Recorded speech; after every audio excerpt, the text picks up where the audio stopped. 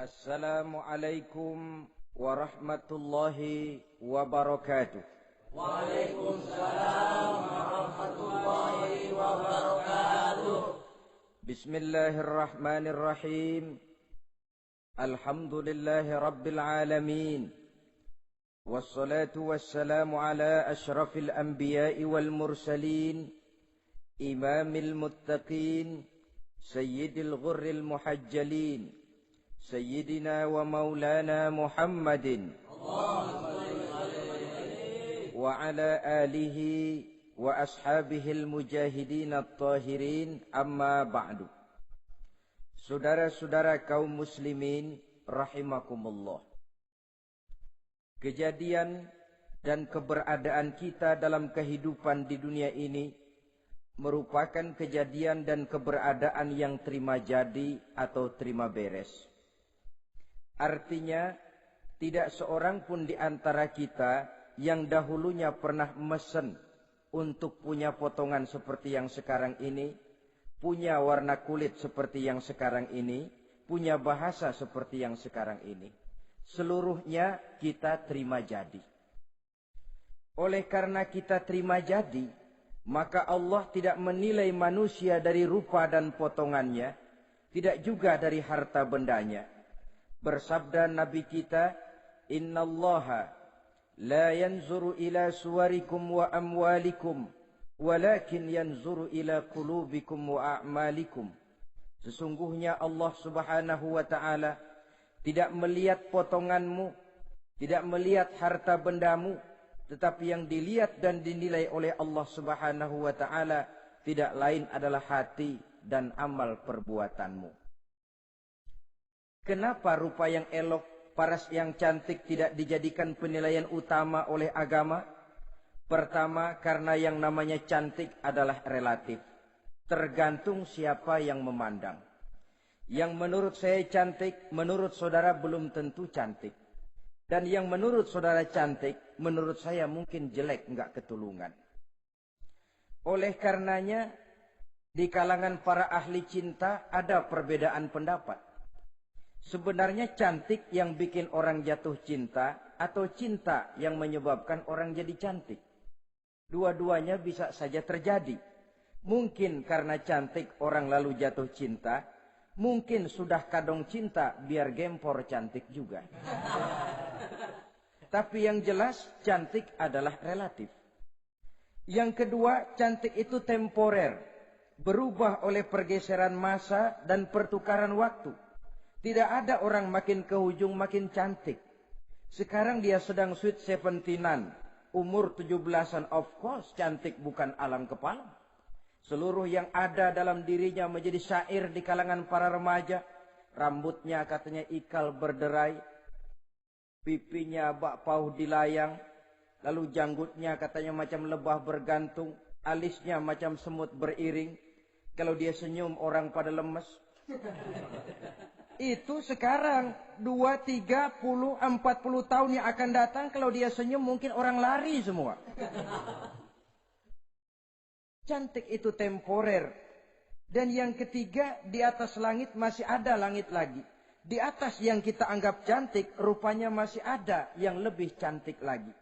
Oleh karena itu, penilaian inti dari agama bukan soal potongan, bukan soal harta benda, tapi hati dan amal perbuatan. Alangkah lebih idealnya lagi kalau hati yang baik dan perbuatan yang baik berada pada rupa yang elok juga. Inilah yang dinamakan kecantikan zahir dan batin. Dan ini yang dimiliki oleh Nabi Allah Yusuf alaihi salam yang akan kita bicarakan pada pertemuan kita kali ini. Pantas kalau pada saat kita berdiri di muka cermin, disunahkan kita membaca doa seperti yang diajarkan Nabi.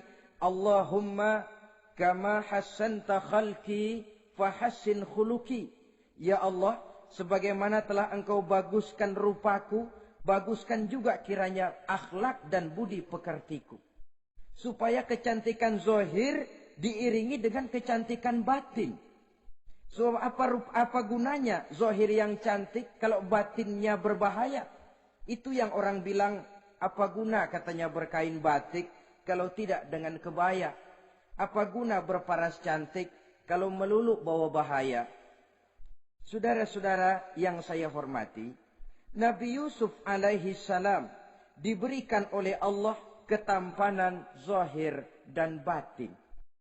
Artinya, zahirnya beliau memang tampan, batinnya pun memang beliau adalah baik.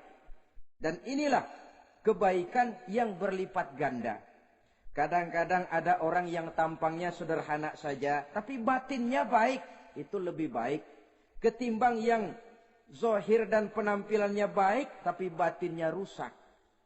Maka kecantikan yang dianugerahkan Allah dalam kehidupan ini sesungguhnya bukan untuk to show only. Bukan cuma untuk sekedar dipamerkan, jadi kebanggaan. Macam kontes ratu-ratuan yang manfaatnya hampir tidak ada. Kecantikan untuk disyukuri.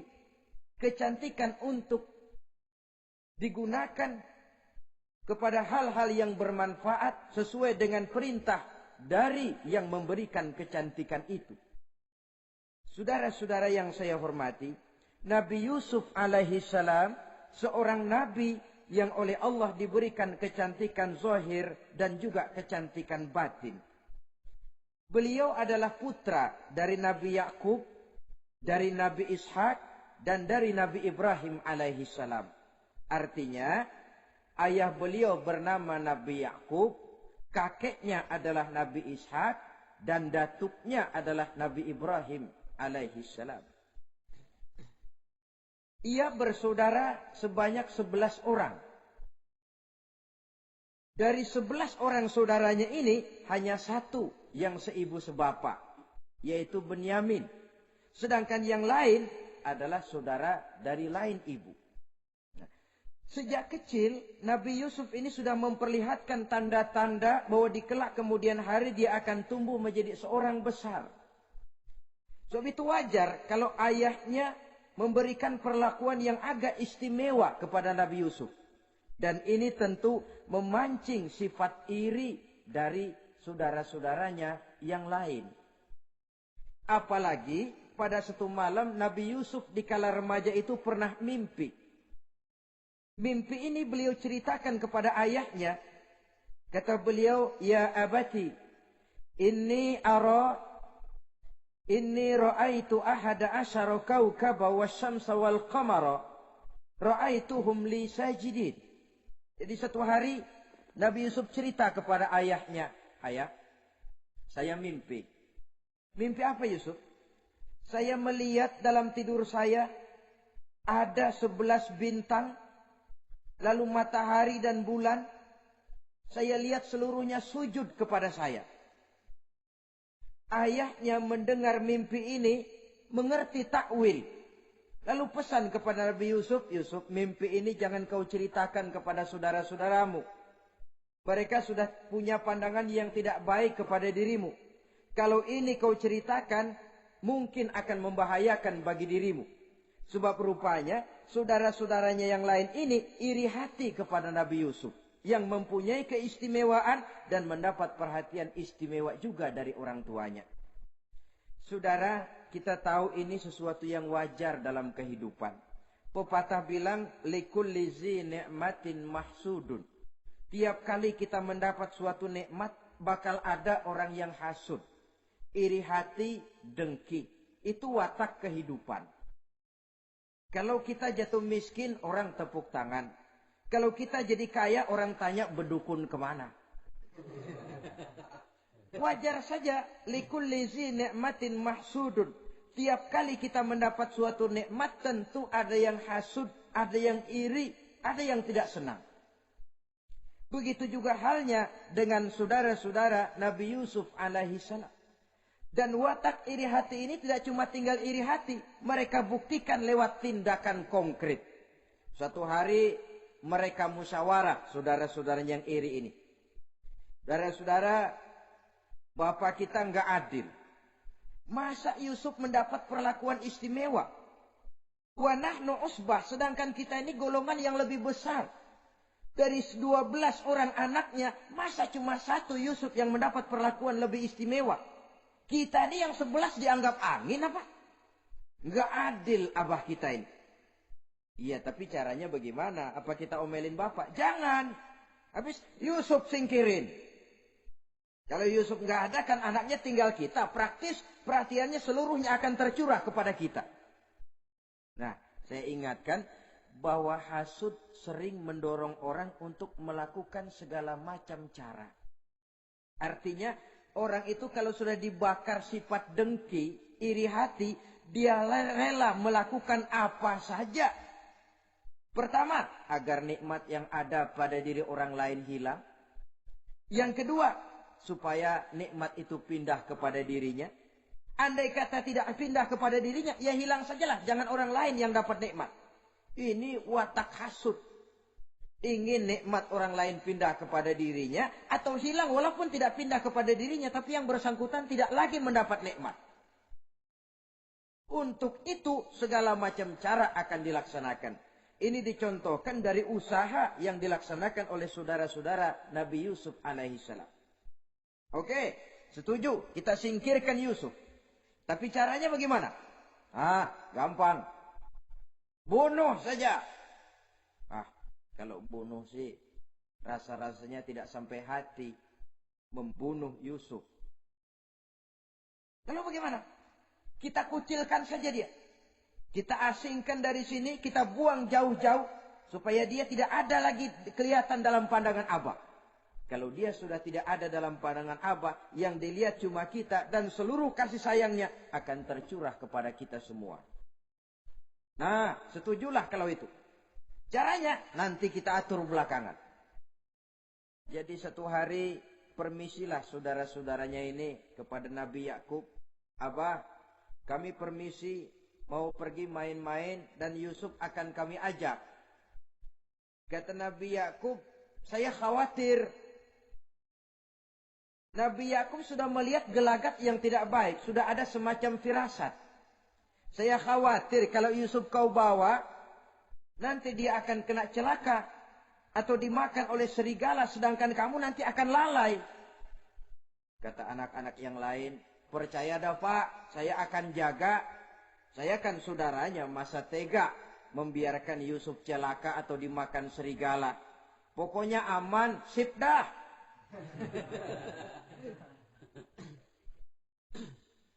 Sampai akhirnya Nabi Yakub mengizinkan.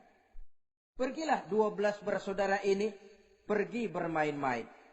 Mula-mula berkejar-kejaran, Yusuf ikut main kejar-kejaran. Lantas buka baju, Yusuf ikut buka baju. Sampai ketika tiba di tepian sebuah sumur tua, rencana yang sudah disepakati itu dilaksanakan. Nabi Yusuf diangkat beramai-ramai, digotong, lalu dimasukkan, diceburkan ke dalam sumur mati itu.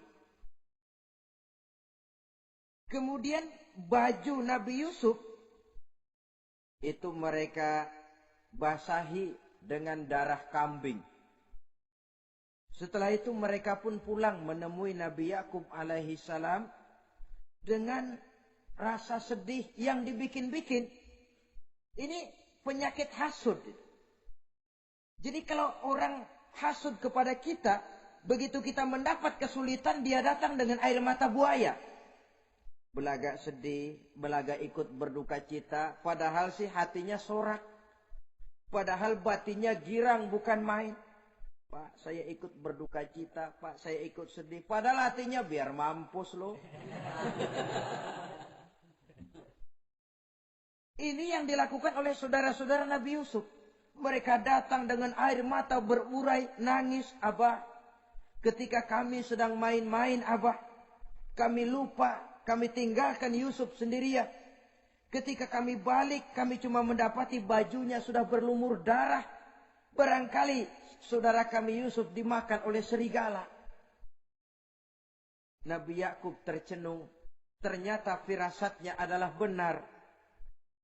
Baju Nabi Yusuf itu yang berlumur darah kambing, buatan saudara-saudaranya yang hasud tadi, diciumi dan dipeluk oleh Nabi Yakub. Kepedihan seorang ayah yang ditinggalkan oleh anak tercintanya. Saudara, adapun Nabi Yusuf alaihi salam tercebur di sumur mati itu. Sampai pada satu hari ada khalifah, ada kafilah niaga dari negeri Madian hendak menuju ke negeri Mesir, lewat di tempat itu. Ketika salah seorang mereka bernama Malik bin Dha'ar hendak mengambil air, timba diturunkan ke dalam sumur. Begitu diangkat, ini air kok berat amat. Makin diangkat, makin berat. Sampai di atas, bukan air, orang isinya. Ada orang di ember. Dia lihat rupanya sangat tampan, elok, cantik. Ini barangkali anak bangsawan ini. Parasnya begini cantik, begini tampan. Ini kalau dijual di Mesir nanti tentu harganya mahal nih. Order nih. Objek. Maka dibawalah Yusuf ini ke negeri Mesir. Setibanya di sana diperjualbelikan sebagai budak belian. Nah, nasib baik rupanya Yusuf ini ketika terjadi pelelangan dibeli oleh seorang pembesar istana, seorang menteri yang bernama Kitfir. Kitfir melihat, ini cantik anak remaja ini. Tampangnya elok, parasnya indah, kelihatannya budi pekertinya pun halus. Kita ambil saja ini, kata Kitfir kepada istrinya Zulaikha. Kita angkat dia jadi anak, siapa tahu nanti dia memberikan manfaat yang besar bagi kita. Baiklah. Dan sejak saat itu Yusuf dipelihara di rumah Kitfir dalam istana yang tinggal bersama istrinya Zulaikha. Menurut satu riwayat 10 tahun lamanya Nabi Yusuf tinggal di tempat Kitfir. Dan selama 10 tahun itu tentu terjadi perkembangan baik jasmaninya maupun rohaninya. Dari anak-anak ia berubah menjadi remaja, lalu meningkat ke arah dewasa. Makin matang kedewasaannya, makin tampan dan elok parasnya. Makin cantik budi pekertinya, ditempa oleh watak kenabian yang disiapkan oleh Allah Subhanahu wa Ta'ala. Sehingga tidak heran, ketampanan Nabi Yusuf ini lalu jadi buah bibir di kalangan istana. Tidak cuma anak perempuan bangsawan, tidak cuma istri para penguasa, sampai kepada kelompok orang awam. Selalu berandai-andai, kalau saja, andai kata, umpama saya bisa berdampingan dengan Yusuf, kalau saja. Kata-kata kalau saja ini keluar dari perempuan-perempuan yang melihat Yusuf alaihissalam. Dan yang unik, kecantikan Nabi Yusuf itu, kalau dia berdampingan dengan orang yang jelek, si jelek ini ikut sedikit cantik. Biasanya kan kalau ada orang ganteng, duduk berdampingan sama orang jelek, yang ganteng makin kelihatan kegantengannya, yang jelek makin demek. Itu biasanya. Tapi kecantikan Nabi Yusuf ini tidak mengangkat orang lain. Nah, rupanya yang tertarik kepada ketampanan Nabi Yusuf ini tidak cuma perempuan-perempuan lain, juga termasuk Siti Zulaikha, istri daripada Kitfir, yang merupakan ibu angkatnya. Kalau pada mulanya Zulaikha merawat Nabi Yusuf sejak kecil dengan harapan nanti akan membawa manfaat, setelah dilihatnya makin lama makin tampan, makin lama makin cantik, makin lama makin rupawan, berubah rupanya rasa kasih sayang seorang ibu menjadi kasih sayang seorang perempuan kepada laki-laki.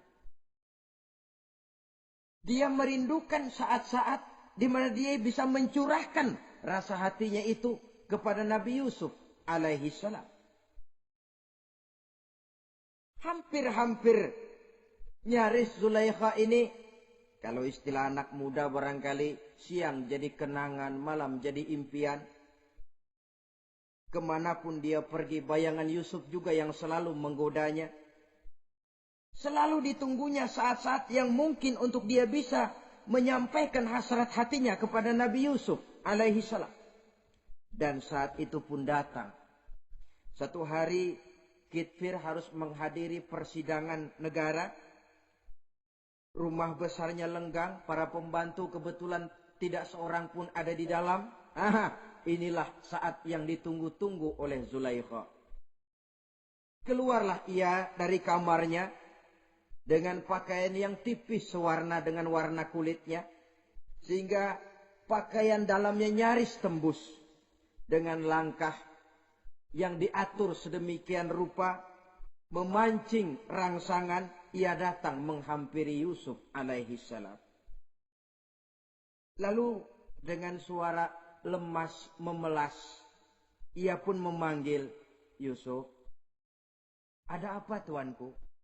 Sini yang. Kalau bahasa kita.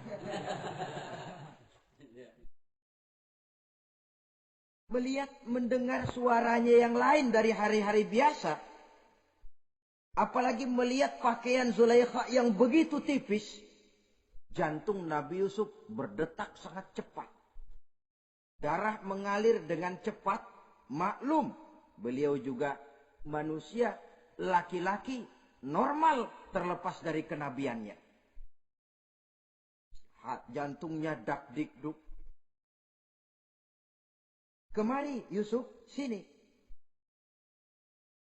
Ada apa tuanku? Sudah lama Yusuf. Lama apa tuanku? Saya memendam rindu kepadamu Yusuf. Siang malam engkau juga yang jadi tumpuan harapan saya. Kemanapun saya pergi seakan wajahmu juga yang saya lihat Yusuf. Tidur saya jadi tak nyenyak. Makan saya tak pernah membawa kekenyangan Yusuf. Tidur yang biasanya mendatangkan semangat seolah semuanya pergi meninggalkan saya Yusuf. Hembusan sepoi pagi mengusap bunga merekah dalam taman yang biasanya membawa keindahan. Semuanya telah berganti dengan keindahan wajahmu Yusuf. Sinilah sebentar, penuhi hasrat hati saya. Saya segan tuanku. Segan kenapa Yusuf? Saya tidak mau mengkhianati Tuhan saya yang telah berbuat baik kepada saya. Apakah saya juga tidak pernah berbuat baik kepadamu? Benar, Tuhan juga berbuat baik kepada saya. Tapi pantang saya mengkhianati majikan saya. Yusuf, sekarang kesempatan yang baik. Kitfir, suami saya, sedang menghadiri persidangan penting di negara, di istana. Dan rasanya akan lama dia baru kembali. Sementara para pembantu kita tidak ada di sini. Saya malu tuanku, saya segan. Malu kepada siapa? Tidak ada yang tahu, tidak ada yang lihat. Allah. Saya takut, saya malu kepada Allah tuanku. Padahal kalau menurut ukuran hati, Quran menjelaskan walaqad hammat bihi wa hamma biha.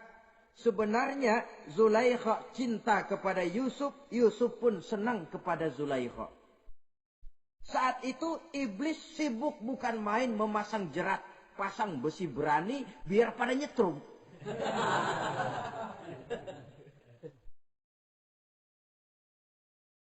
Zulaikha senang Yusuf, Yusuf sebenarnya pun secara manusiawi menyenangi Zulaikha.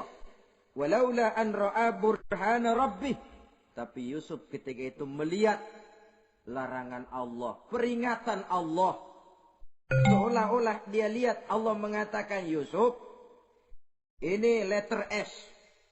Dilarang parkir di sini.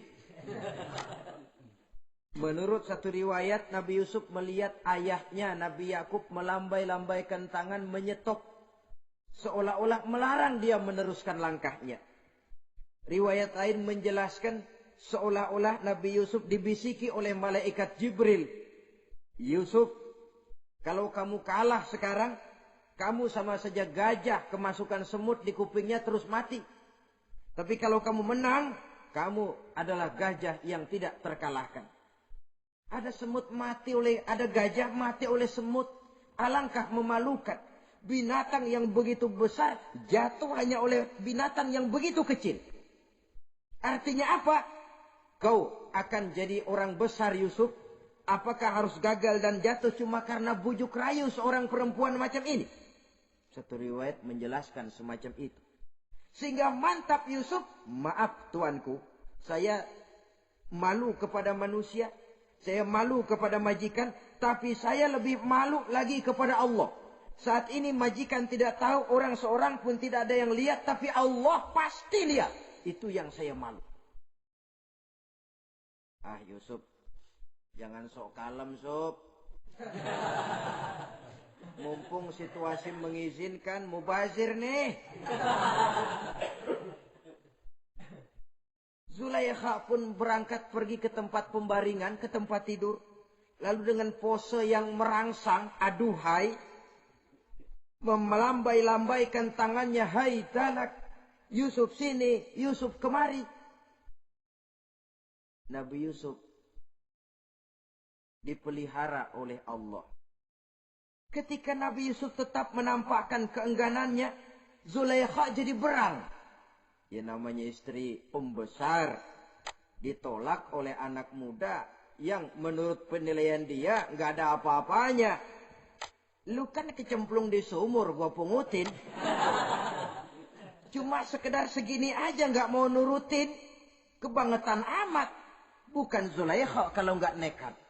Dia bangun dari pembaringannya. Gemes.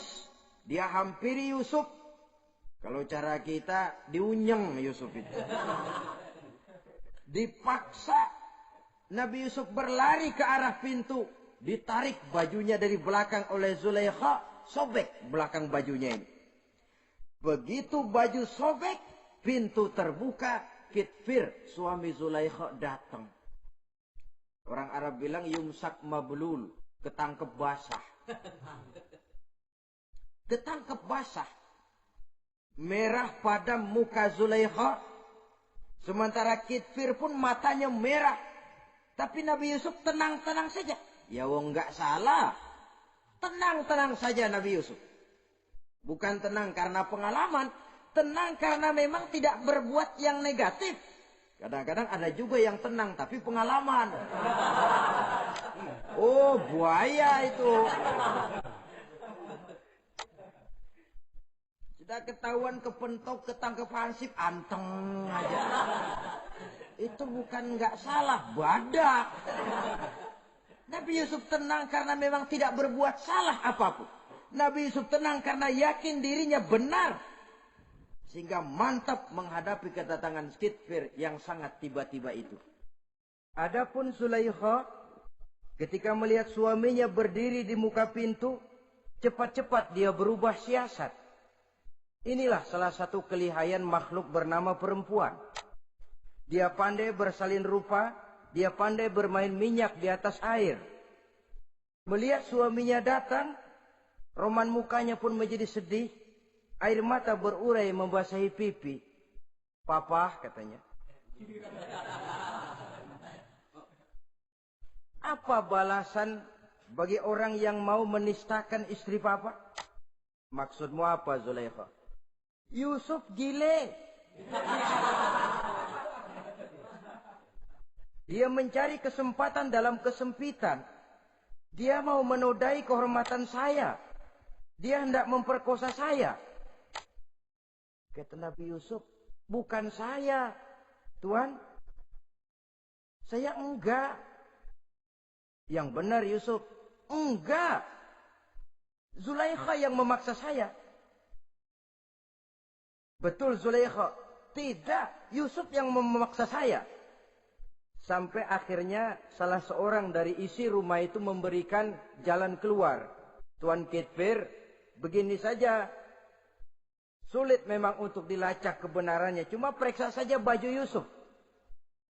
Kalau bajunya sobek di belakang, Yusuf benar. Zulaikha salah. Kalau baju Yusuf sobeknya di depan, Zulaikha yang benar. Yusuf yang salah. Nah, apa artinya itu? Kalau bajunya sobek di belakang kan artinya Yusuf kabur ditarik dari belakang. Tapi kalau bajunya sobek di depan, itu artinya Zulaikha nyakar-nyakarin baju Yusuf dari depan. Lihat saja, pokoknya kalau bajunya sobek di belakang, Yusuf benar, Zulaikha salah. Kalau baju Yusuf sobek di depan, Yusuf salah, Zulaikha benar. Ketika diperiksa, dicek bajunya, betul sobek di belakang. Artinya, Yusuf benar, Zulaikha yang salah. Kata Kitfir, Zulaikha, jelas sudah bagaimana kejadian yang sebenarnya. Oleh karena itu, bertaubatlah kamu kepada Allah. Dan kau Yusuf, jangan ceritakan peristiwa aib ini kepada siapapun.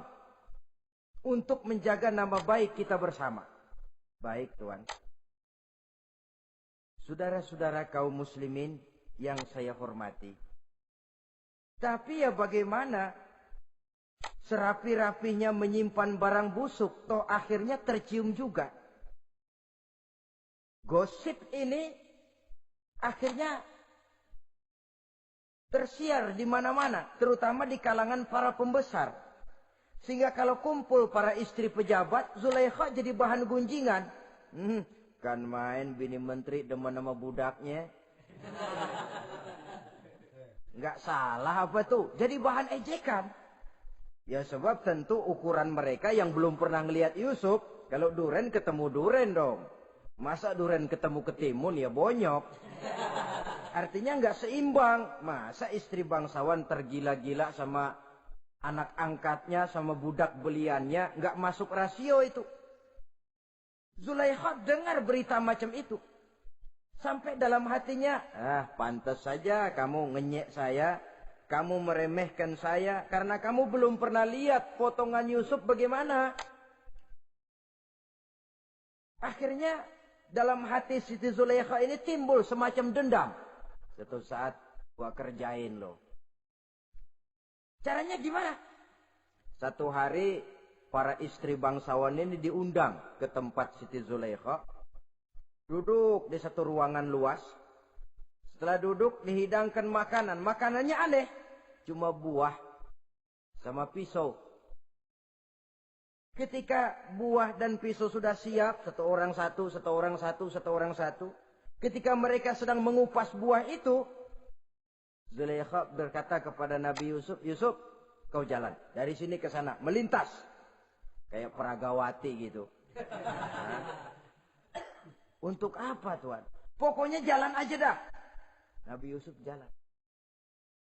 Sejak beliau melangkah ke ruangan itu, semua mata perempuan-perempuan bangsawan yang lagi ngupas buah, semuanya tertuju kepada Yusuf. Ada yang matanya emang belok makin belok. Ada yang ngeliatin campur mulutnya menganga. Apa kata mereka? Falamma ra'ainahu akbarnahu wa qatta'na aydiyahunna wa qulna hasya lillah ma hadza bashar in hadza illa malakun karim. Falamma ra'ainahu, ketika perempuan-perempuan itu melihat Yusuf, akbarnahu, mereka agungkan Yusuf. Wa qulna hasya lillah, mereka bilang, ini sih bukan orang nih. Ini malaikat nih. Bukan orang. Nah, orang segini cakepnya. Artinya belum pernah mereka lihat paras yang secantik dan setampan itu. Akibatnya apa? Nggak berasa mau motong buah keiris tangan. Rata-rata perempuan yang ada di situ tangannya pada luka. Kenapa? Mau motong buah, mata kemana, mulut kemana, tangan kepotong. Melihat itu semua, Zulaikha puas. Nah, kamu baru melihat sekejap. Bagaimana saya yang siang malam melihat Yusuf? Bagaimana saya yang tiap saat hidup bersamanya? Bagaimana saya nggak merindukan dia? Ente yang baru pernah ngelihat sekelebatan udah motong tangan. Saya yang tiap hari sama-sama dia nggak celeng juga udah pantas. Saudara-saudara kaum muslimin yang saya hormati. Akhirnya untuk menjaga nama baik keseluruhannya, Nabi Yusuf pun mengalah. Karena berita ini sudah tersiar, Yusuf dipojokkan, tidak cuma sekedar dipojokkan, beliau dimasukkan ke dalam penjara. Tapi apa kata beliau? Rabbi sijnu ahabbu ilayya mimma yad'unani ilai. Ya Allah, kalau memang karena resiko penolakan saya terhadap ajakan Zulaikha menyebabkan saya harus masuk penjara, penjara lebih saya sukai, penjara lebih saya cintai ketimbang ikut kemauan Zulaikha. Saudara-saudara, kadang-kadang kita berpikir, kalau kesempatan itu datang kepada kita, mampukah kita menjatuhkan pilihan seperti pilihan Nabi Yusuf ini? Lebih baik penjara ketimbang mengikuti bujuk rayu perempuan untuk melakukan perbuatan yang menyeleweng ini. Ini yang dipilih oleh Nabi Yusuf. Tegar. Kalau memang sebagai resikonya saya harus masuk penjara, penjara lebih saya cintai, penjara lebih saya suka daripada mengikuti bujukan Zulaikha. Teguh karena suatu prinsip. Bukankah dalam perjuangan menegakkan akidah, kadang kita mendapat piala, tapi tak jarang kita berhadapan dengan penjara. Kadang kita disanjung, kadang kita dicaci. Itu romantika perjalanan dari yang namanya perjuangan. Tapi pilihan harus ada. Ketimbang ikut bujuk rayu perempuan yang mengajak melakukan perbuatan serong, penjara lebih saya cintai. Sudah pada saat hendak diajak tidak ada yang melihat, beliau menolak. Akibat penolakannya pun masuk penjara, tapi penjara lebih menyenangkan hatinya. Ketimbang hidup merdeka, tapi jiwa terpenjara. Inilah Nabi Yusuf barangkali. Biar badan masuk penjara, asal jiwa merdeka. Kita sekarang sebaliknya. Jiwa terpenjara tidak jadi soal, asal badan merdeka. Maka jiwa kita sering dijajah. Entah dijajah harta, entah dijajah pangkat dan jabatan, entah dijajah iblis. Jiwa kita yang terpenjara, sementara badan kita merdeka. Nabi Yusuf tidak. Biarlah badan di penjara, asal jiwa merdeka untuk menegakkan sesuatu yang hak. Saudara-saudara yang saya hormati, adapun di dalam penjara itu, Nabi Yusuf satu sel dengan 2 orang bekas pelayan istana yang dituduh menaruh racun ke dalam hidangan yang hendak disajikan kepada raja. Yang satu tukang ngatur minuman, yang satu tukang ngatur makanan untuk raja. Siapa yang naruh racun nggak jelas, tapi dua-duanya ditahan. Sampai satu malam, teman satu sel ini dua-duanya ngobrol kepada Nabi Yusuf. Yusuf, kami ini dipenjara karena dituduh menaruh racun ke dalam hidangan yang dihidangkan kepada baginda raja. Siapa yang salah, kami sendiri tidak tahu. Saya enggak ngerasa naruh racun, kata yang tukang ngatur minum. Saya juga enggak, kata yang tukang ngatur makan. Sampai satu malam, mimpi. Mimpi itu diceritakan kepada Nabi Yusuf. Kata yang tukang ngatur minuman, Yusuf, saya mimpi.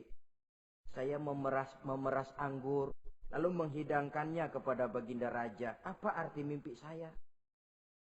Kata yang tukang hidangin makanan, kalau saya Yusuf, saya ngimpi menjunjung roti di atas kepala saya, itu roti dipatokin burung. Apa arti mimpi saya? Saudara-saudara, Nabi Yusuf tersenyum. Adapun kamu yang mimpi memerah anggur, kamu akan keluar dari penjara bebas dan akan kerja lagi di istana. Adapun kamu yang mimpi menjunjung roti dipatokin burung, kamu akan dihukum mati, disalib, dan kepalamu akan dipatokin oleh burung. Ini tukang roti ngotot, bisa aja lu ah. Ya lempengan apa ramalannya? Ya bukan soal bisa nggak bisa, lihat aja kenyataannya. Cuma kepada kamu yang tukang ngatur minuman, saya pesan, kalau nanti kamu bebas kembali di istana raja, tolong ceritakan ihwal saya kepada baginda raja ini. Saya mendekam di penjara ini tanpa berbuat salah apapun. Baik, insya Allah Yusuf. Dan ketika persidangan memutuskan, seperti tepat yang diramalkan Nabi Yusuf. Si tukang menghidangkan makanan dihukum mati, si tukang menghidangkan minuman kembali kerja di istana. Tapi begitu kerja, dia lupa sama pesan Nabi Yusuf. Itu biasanya watak orang memang begitu. Kalau dalam keadaan kepepet, macam-macam janjinya. Begitu keadaannya longgar, lupa sama janjinya. Sehingga ada pepatah katanya, nolongin anjing kejepit. Waktu kejepit, kaing-kaing minta ditolongin. Begitu darah ditolongin, yang nulungin bisa digigit. Saudara hadirin yang saya hormati, sampai bertahun-tahun Nabi Yusuf mendekam dalam penjara. Tapi itulah yang menambah kedewasaannya. Maka orang beriman ya, yang mantap nilai imannya, tempat tidak jadi soal. Kadang-kadang dia merasakan penjara lebih indah dari alam terbuka. Banyak orang-orang beriman yang justru di penjara menghasilkan karya-karya besar. Kita tahu misalnya almarhum Hamka justru di penjara bisa menyelesaikan tafsir Al-Azharnya. Salah satu karya besar pujangga terkemuka ini. Macam Hasan Al-Banna, Abdul Qadir Audah, dan banyak lagi tokoh-tokoh Ikhwanul Muslimin merasakan justru penjara itu bagaikan sorga. Kenapa? Mereka yakin di penjara untuk sesuatu yang benar. Maka tempat tidak pernah jadi masalah. Kalau jiwa merdeka, puluhan tahun mendekam di penjara, tidak akan merupakan satu rasa yang lama. Kenapa? Jiwa tidak bisa dibatasi oleh ruangan 2x3 meter. Jiwa yang merdeka tidak bisa dibatasi dengan teralis besi. Jiwa yang merdeka tidak bisa dibatasi dengan dinding tembok yang tebal. Jiwa yang merdeka mengembara, melanglang buana, mencari idealisme yang ada dalam dirinya. Itu yang dirasakan oleh Nabi Yusuf alaihissalam. Untungnya satu malam raja ngimpi. Untungnya ini. Ngimpinya luar biasa. Ada 7 ekor lembu gemuk-gemuk. Makanin 7 ekor lembu yang kurus-kurus. Lalu ada 7 batang gandum yang isinya gemuk-gemuk. Ada 7 batang gandum yang sudah layu-layu. Nah, pagi-pagi ini seluruh dukun-dukun istana dikumpulin. Para ahli nujum apel menghadap baginda raja. Nujum, dukun, ada apa Tuan Raja? Tadi malam saya ngimpi. Ada 7 ekor lembu gemuk-gemuk memakan 7 ekor lembu yang kurus-kurus.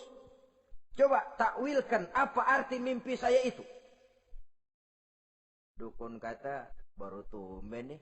Gue dengar mimpi begini. Kata Nujum ditanya Nujum godek. Ah, Tuan Raja itu mah kembang tidur aja kali ah. Tidak seorang pun yang mampu mentakwilkan arti mimpi baginda. Sampai tukang minuman dengar lapor. Tuan Raja, ada apa, Mas? Saya waktu di penjara, ada seorang anak muda namanya Yusuf. Dia mentakwilkan mimpi saya dan pas seperti takwilnya. Ah, panggil Yusuf. Dipanggil Yusuf. Kain pintu penjara, masuk tukang anggur, tukang minuman ini. Yusuf, ente, iya. Kemana aja? Itu dia Yusuf, kelupaan. Ya kalau kelupaan sehari 2 hari barangkali bisa ditolerir. Kelupaan bisa tahunan. Cuma begitu dengar ada mimpi, pikir tukang minuman. Ah, kali aja ini Yusuf bisa takwilkan, kan jasa saya nemuin Raja sama Yusuf kan. Komisi lumayan. Begini Yusuf, baginda Raja mimpi begini-begini. Barangkali kau bisa takwilkan, kau dipanggil menghadap Tuan Raja. Berangkatlah Yusuf menghadap Tuan Raja. Sesampainya di sana, mohon maaf Tuan Raja. Menurut takwil saya, arti mimpi Tuan Raja itu akan datang satu masa di mana 7 tahun lamanya negara ini subur, makmur, aman, tentram, gemah, repah, loh jenawi, toto tentrem, kertora harjo. Tapi akan datang setelah itu 7 tahun lamanya di mana musim kemarau membahana, tanah menjadi kering, panen gagal, rakyat diancam kelaparan. Dan kita harus siap-siap untuk itu. Itu takwil mimpi Tuhan. Caranya bagaimana, Yusuf? Mengatasi krisis kelaparan ini. Ya, kita bikinlah gudang-gudang untuk menyimpan makanan. Kalau lagi panen jangan mumpung. Ingat pada suatu saat kita akan paceklik. Sehingga kata orang-orang tua dulu, kalau lagi sehat, ingat dong, bakalan sakit. Kalau lagi kaya, ingat dong, bakalan miskin. Kesemuanya itu milik daripada kehidupan. Tidak ada orang yang ketawa terus dalam hidup. Tidak ada orang yang nangis terus. Semuanya silih berganti, datang pergi, patah tumbuh, hilang berganti. Dunia hari ini bikin kita ketawa, besok dia buat kita menangis. Hari ini dibuatnya kita senyum, besok dibuatnya kita berurai air mata. Hari ini dijadikannya kita kaya, besok dijadikannya kita kere. Pantas kalau orang bilang, wamal hayatud dunya, Allah mengatakan wamal hayatud dunya illa lahwun wa la'ib. Hidup dunia ini cuma sandiwara. Tiap kita sekarang sedang memegang peranan. Ketika memegang peranan, ya jadi orang kaya peranan, jadi kiai peranan, jadi jenderal peranan. Sama saja dengan wayang golek.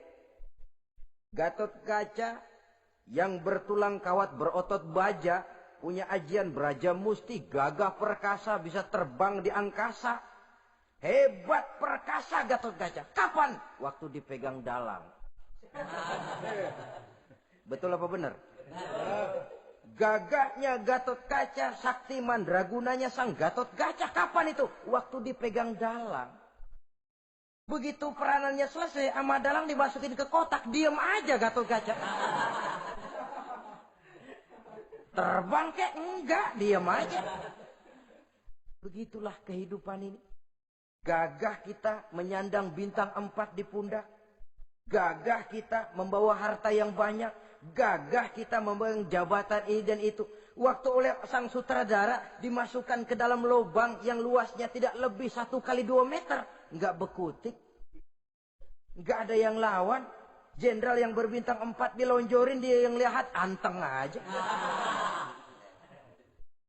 Habis peranan sudah sampai di situ. So itu wajar. Kata Nabi Yusuf, kalau lagi panen, ingat pada suatu saat kita akan paceklik. Jangan giliran panen besar. Di daerah-daerah kita lihat, sudah panen pesta pora. Bukan bersyukur kepada Allah. Tapi kegembiraan itu diwujudkan dalam bentuk lain. Tontonan yang membuat lupa diri, bermabuk-mabukan. Sehingga kadang-kadang kalau di daerah itu katanya kalau musim panen, musim kawin. Musim paceklik, musim cerai. Saudara-saudara kaum muslimin yang saya hormati. Karena itu dalam satu hadis Nabi ingatkan, ta'arraf ilallah firraha ya'rifka fisyiddah. Ingatlah kepada Allah di waktu kamu senang, supaya Allah ingat kepadamu waktu kamu susah. Kalau waktu senang kita lupa kepada Allah, ya wajar. Kalau waktu susah Allah juga lupain kita. Dalam terjemahannya dengan kehidupan beragama, wa man a'rada an zikri fa inna lahu ma'isyatan dhanka wa nahsyuruhu yaumal qiyamati a'ma.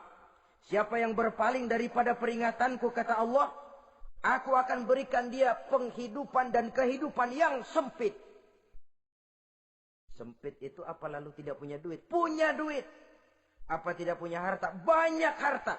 Tapi banyaknya harta, tumpukan duit tidak membuat hatinya makin luas.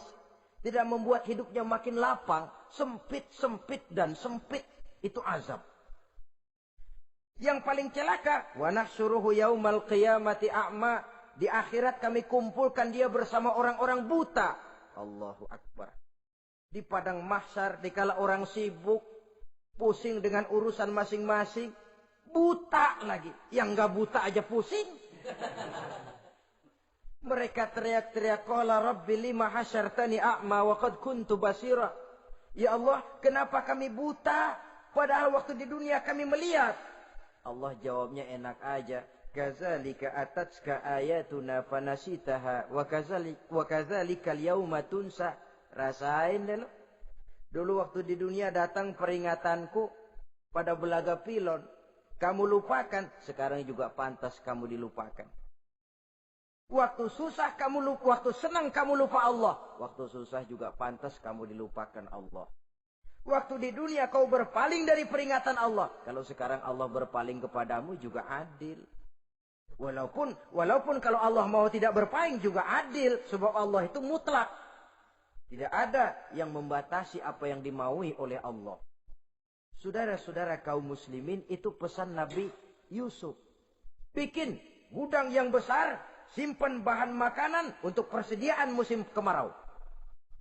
Kalau begitu sekalian aja deh Yusuf. Sekalian bagaimana Tuan Raja? Kau saya angkat jadi menteri urusan makanan dan urusan kemakmuran. Tuan Raja, apa enggak terburu-buru? Kau bisa mentakwilkan mimpi saya, bahkan kau bisa mencari jalan keluar. Ini sudah sesuatu yang menguntungkan Yusuf. Mencari jalan keluar ini pemikiran yang menteri saya belum bisa berpikir kayak kamu. Sudah, kau pegang jabatan ini. Nabi Yusuf tidak minta diberi